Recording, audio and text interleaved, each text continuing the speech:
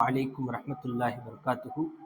الحمد لله رب العالمين. الصلاة والسلام على سيد المرسلين وعلى آله الطيبين وأصحابه الطاهرين ومن تبعهم بإحسان إلى يوم الدين. أما بعد، أعوذ بالله من الشيطان الرجيم بفضل بسم الله الرحمن الرحيم. إياك نعبد وإياك نستعين. யா அல்லாஹ், உன்னையே வணங்குகிறோம், உன்னிடமே உதவி தேடுகிறோம். யா அல்லாஹ், உன்னையே வணங்குகிறோம் என்று சொன்னால் உன்னை தவிர யாரையும் நாங்கள் வணங்கவே மாட்டோம். அல்லாஹை வணங்குவதை முஃபஸ்ஸிரீன்கள் 3 விதமாக பிரிக்கிறார்கள். மனிதர்கள் அல்லாஹுவை 3 விதமாக வணக்கம் செய்கிறார்கள். முதலாவது யஅபுதுல்லாஹ் தமஅன் ஃபி ஸவாபி, தான் அதிகமான சவாபுகளை, நன்மைகளை பெற்றுக்கொள்ள வேண்டும், நரகத்தை விட்டும் தான் பாதுகாத்துக் கொள்ள வேண்டும் தன்னை என்பதற்காக அல்லாஹை வணங்குவது உண்டு. இதற்காக வணங்கக்கூடிய ஒரு கூட்டம் இருக்கிறார்கள், அல்லாஹுடைய நன்மையை தேடி. ஒரு முறை ராபியா பஸரியா ரலியல்லாஹு அன்ஹா அவர்களை பற்றி ஒரு வரலாறை கூறுகிறார்கள். அவர்கள் ரோட்டிலே ஒரு கையிலே தண்ணியும் இன்னொரு கையிலே நெருப்பையும் வைத்து கொண்டு சொன்னார்களாம், இந்த தண்ணீரால் நான் நரகத்தை அணைக்கப் போகிறேன், நெருப்பினால் நான் சொர்க்கத்தை நாசமாக்கப் போகிறேன் என்று சொன்னார்களாம். அதற்கு காரணம் மக்கள் எல்லாம் கேட்டார்களாம், என்ன சொர்க்கத்தையும் நரகத்தையும் அழிக்கப் போகிறேன் என்று சொல்கிறீர்களே, உங்களுக்கு மடமைத்தனமாக தெரியவில்லையா என்று கேட்டதற்கு ராபியா பஸரியா ரலியல்லாஹு அன்ஹா அவர்கள் சொன்னார்களாம், அதிகமான நபர்கள் அல்லாஹ்விற்காக அமல் செய்வதே கிடையாது. சொர்க்கத்திற்கு ஆசைப்பட்டு சில நபர்கள் அமல் செய்கிறார்கள், நரகத்திற்கு பயந்து சில நபர்கள் அல்லாஹ்விற்கு அமல் செய்கிறார்கள். யாரும் அல்லாஹ்விற்காக அமல் செய்வதே கிடையாது. இதனால்தான் சொர்க்கத்தையும் நரகத்தையும் நான் அழிக்க வேண்டும் என்ற ஒரு எண்ணத்திற்கு வந்தேன் என்று சொன்னார்களாம். இதை வரலாறிலே குறிப்பிடுவார்கள். அது அவர்களுடைய இறைநேசருடைய ஒரு நிலை. அல்லாஹ்வின் மீது அவர்கள் பிரியம் வைத்ததின் காரணத்தினால் இந்த அளவிற்கு அவர்கள் பேசுகிறார்கள். ஏன் பேசினார்கள் என்ற கேள்விக்கு இங்கு இடமில்லை. அல்லாஹுடைய பிரியத்திலே, முஹப்பத்திலே வெளிப்படக்கூடிய வார்த்தை இதுவெல்லாம். எனவே தான் அல்லாஹ்விற்காக யாருடைய அமல்கள் இருக்கிறதோ அதுதான் மிகவும் உயர்ந்த அமல் என்பதை முஃபஸ்ஸிரீன்கள் சொல்கிறார்கள். எனவே மனிதர்களில் அதிகமான நபர்கள் நன்மையை தேடி தீமையை பயந்து அமல் செய்யக்கூடிய கூட்டம் இருக்கிறார்கள். இரண்டாவது, தன்னை கஷ்டப்படுத்தி கொள்ள வேண்டும். அல்லாஹுடைய இபாதத்திலே, வணக்கத்திலே அதிகமாக தன்னை அல்லாஹுடைய வணக்கத்திலே தன்னுடைய உடம்பை வளைத்து அதை கடுமைப்படுத்த வேண்டும், அதை வேலை செய்ய விட வேண்டும் என்பதற்காக அமல் செய்யக்கூடிய கூட்டமும் இருக்கிறார்கள். தன்னுடைய உடலுக்கு கஷ்டம் கொடுப்பதற்காக இபாதத்து செய்யக்கூடியவர்கள். இதுவும் அடுத்த தர்ஜாவில் தான் இருக்கிறது. இதுவெல்லாம் நன்மைகள் இருக்கிறதே தவிர அல்லாஹுடைய நெருக்கம் கிடைக்காது. மூன்றாவதாக ஒரு தர்ஜா இருக்கிறது. அல்லாஹ்விற்காக, அல்லாஹ் இலாஹாக இருக்கிறான், நான் அப்தாக இருக்கிறேன். அவன் அனைத்திற்கும் தகுதியானவனாக இருக்கிறான், நான் தகுதியற்றவனாக இருக்கிறேன் என்ற இந்த காரணத்திற்காக நாம் இபாதத்து செய்தோம் என்று சொன்னால் இதுதான் உயர்ந்த இபாதத் என்பதை முஃபஸ்ஸிரீன்கள் சொல்கிறார்கள். இதைத்தான் நாயகம் ஸல்லல்லாஹு அலைஹி வஸல்லம் சொல்லி தந்தார்கள் நியத்திலே. உஸல்லி லில்லாஹி தஆலா, நான் அல்லாஹ்விற்காக தொழுகிறேன்.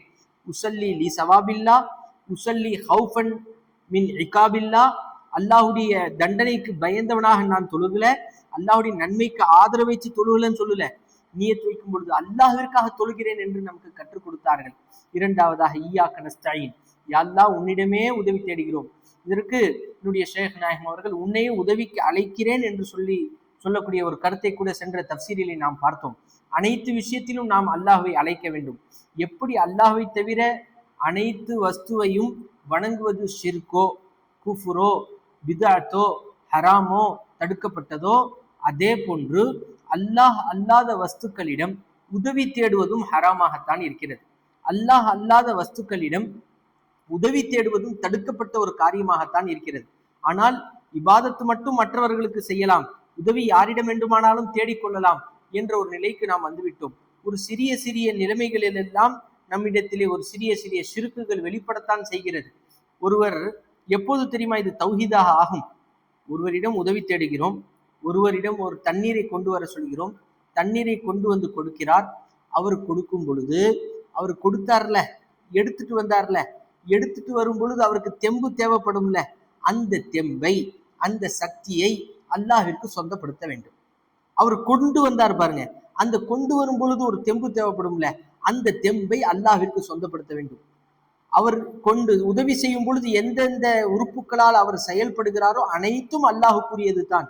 இந்த சிந்தனையிலே பார்த்தோம் என்று சொன்னால் தான் நாம் தேடக்கூடிய உதவிகள் எல்லாம் உண்மையான தௌஹீதாக ஆகும். இல்லை என்று சொன்னால் சிறிய உதவி பெரிய உதவி என்றெல்லாம் பிரிக்கிறார்கள்.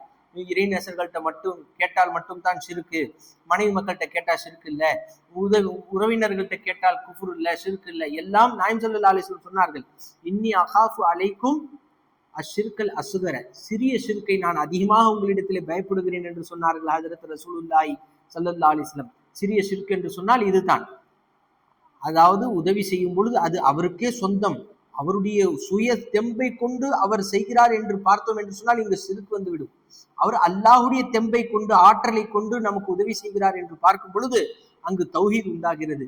எனவே தான் அனைத்து நிலைமையிலும் நபிமார்கள் இறைநேசர்கள் அல்லாஹ்விடத்திலேயே உதவி தேடினார்கள். ஹஜ்ரத் இப்ராஹிம் கலீலுல்லாஹ் அலைஹிஸ்ஸலாத்து வஸ்ஸலாம் அவர்களை நம்ரூத் நெருப்பு குண்டத்திலே கையையும் காலையும் கட்டி போட்ட பொழுது ஹஜ்ரத் ஜிப்ரீல் அலைஹிஸ்ஸலாம் வந்து கேட்டார்கள், ஹல்லக ஹாஜத்துன், ஏதாவது தேவை இருக்குதா, நான் உதவி செய்யட்டுமா என்று கேட்டார்கள். ஹஸ்பி அல்லாஹ், எனக்கு அல்லாஹ் போதும் என்று சொன்னார்கள். அலிமஹு வ இல்முஹு மின் ஹாலி, என்னுடைய நிலையை அவன் அறிஞ்சிட்டு இருக்கிறான், அந்த ரப்பு அறிகிறான், அவனே எனக்கு போதும், நான் உங்களிடம் உதவி தேட மாட்டேன் என்று சொல்லிவிட்டார்கள் ஹஜ்ரத் ஜிப்ரீல் அலைஹிஸ்ஸலாம். கடைசியில் என்ன ஆனது?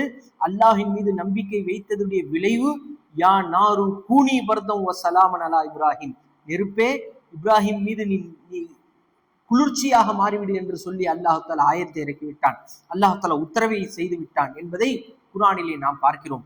இதே போன்று தான் மேலும் சொன்னார்கள், வல்லதி யுத்இமுனி வ யஸ்கீன், என்னுடைய ரப்பு யார் தெரியுமா?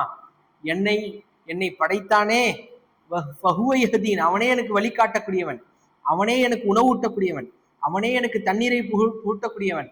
வைதா மரில்து ஃபஹுவ யஸ்ஃபீன், நான் நோய்வாய்ப்பட்டால் அவனே நிவாரணம் தருவக்கூடியவன்.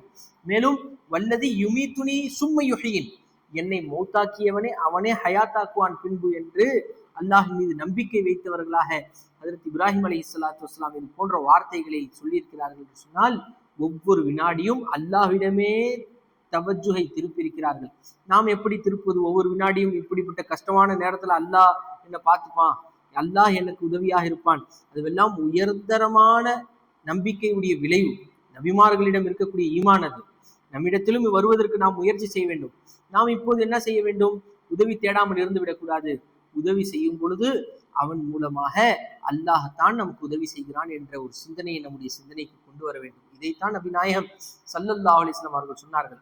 அல்லாஹ்தான் உதவி செய்யறான்னா அவனுக்கு உண்டான ஆற்றல் அவனுக்கு சொந்தம் இல்லை, அவனுக்கு உண்டான அசைவு அவனுக்கு சொந்தம் இல்லை, அவனுக்கு உண்டான ஹயாத் அவனுக்கு சொந்தம் இல்லை, அவனுக்கு உண்டான பார்வை அவனுக்கு சொந்தம் இல்லை. ஏன்? அவனுடைய தலையிலிருந்து கால் வரைக்கும் அவனுக்கு சொந்தமே கிடையாது, அல்லாஹுக்குத்தான் சொந்தம் என்று பார்த்தோம் என்று சொன்னால் யாரிடமும் நாம் உதவி தேடலாம்.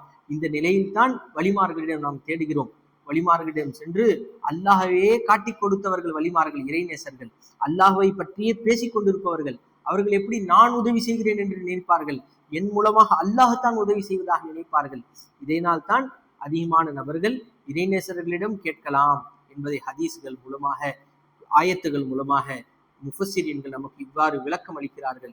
யாரிடமும் கேட்கலாம், கேட்கும் பொழுது அல்லாஹ்தான் அவர்கள் மூலமாக நமக்கு உதவி செய்கிறான், அல்லாஹ்தான் இறைநேசர்கள் மூலமாக நமக்கு தருகிறான். இந்த உலகத்தை அல்லாஹ் தஆலா டைரக்டா எதையும் படைக்கல. அல்லாஹ்வை வணங்குறதுக்கு தொழுவை,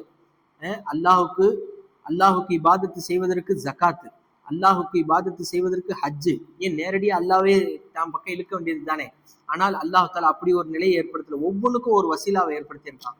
ஹஜ்ஜு, ஜகாத்து, சதகா, தொழுகை, நோன்பு என்று ஒவ்வொரு காரியத்தையும் எல்லாம் மஹ்லூக்கு தான், எல்லாம் மஹ்லூக்காகத்தான் இருக்குது. எதுவும் ஹாலிக் இல்லை. நோன்பு ஒரு ஹாலிக் இல்லை, தொழுகை ஒரு ஹாலிக் இல்லை, ஹஜ்ஜு ஒரு ஹாலிக் இல்லை, கஅபத்துல்லா ஒரு ஹாலிக் இல்லை, எல்லாம் மஹ்லூக்கு தான். ஆனால் அல்லாஹ் தஆலா அது போன்ற மஹ்லூக்கை தான் வணங்கப்படுவதற்கு ஒரு நிஸ்பத்தாக, ஒரு தொடர்பாக அல்லாஹ் தஆலா ஏற்படுத்தி தந்திருக்கிறான் என்பதை நாம் அனைத்திலும் நாம் விளங்கி கொண்டிருக்கிறோம். அல்லாஹ் தஆலா இய்யாக நஅபுது வ இய்யாக நஸ்தஈன் உடைய வாழ்வை வாழ்வதற்கு நம் அனைவருக்கும் தௌஃபீக் செய்வானாக. ஆமீன் யா ரப்பல் ஆலமீன். வ ஆகிரு தஅவானா அல்ஹம்துலில்லாஹி ரப்பில் ஆலமீன். அஸ்ஸலாமு அலைக்கும் வரஹ்மத்துல்லாஹி வபரகாத்துஹு.